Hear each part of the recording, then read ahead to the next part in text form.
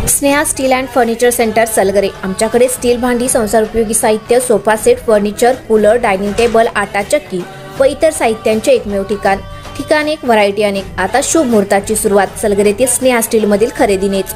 वाजवी दर, सजवा फर्निचरने तुमचे घर। सर्व साहित्यावर बजाज फायनान्सची खास सोय उपलब्ध। स्टील भांड्यांना 5 वर्षे गॅरंटी, तर फर्निचर साहित्यास किडवाळीपासून लाईफ टाइम वॉरंटी। खात्रीशीर खरेदीसाठी मिरज पूर्व भागातील एकमेव ठिकाण Sneha steel and furniture centre Salgare. आमचा पत्ता रवींद्र वस्त्रनिकेतन शेजारी सलगरे। संपर्क 90 96 25 91 38। प्रत्येक बातमीतील घटनेच्या वास्तविकतेची तुलना थेट पाहत रहा सांगली अपडेट। सांगलीच्या कुपवाडमधील प्रकाशनगरमध्ये एकता कॉलनीत राहणाऱ्या अनिल तानाजी लोखंडे वय 45 याचा बायकोने वटपौर्णिमेच्या रात्री 11:30 ते 12:30 दरम्यान दुसऱ्या बायकोने नवऱ्याचा जीव घेतला। डोक्यावर कुऱ्हाडीने वार केला, त्यामुळे अनिल लोखंडे हा जागीच ठार झाला। या घटनेने परिसरात खळबळ उडाली आहे।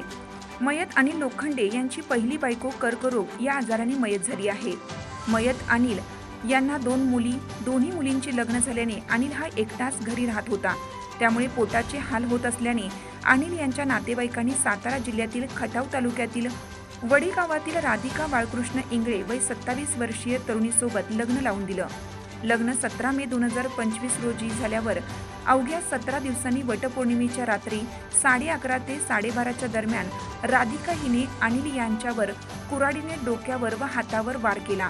त्यात अनिल यांचा जागीच मृत्यू झाला। कुपवाड औद्योगिक वसाहत पोलिसांनी राधिका हिला ताब्यात घेतला आहे, मात्र खुनाचे नेमके कारण समजू शकलं नाही।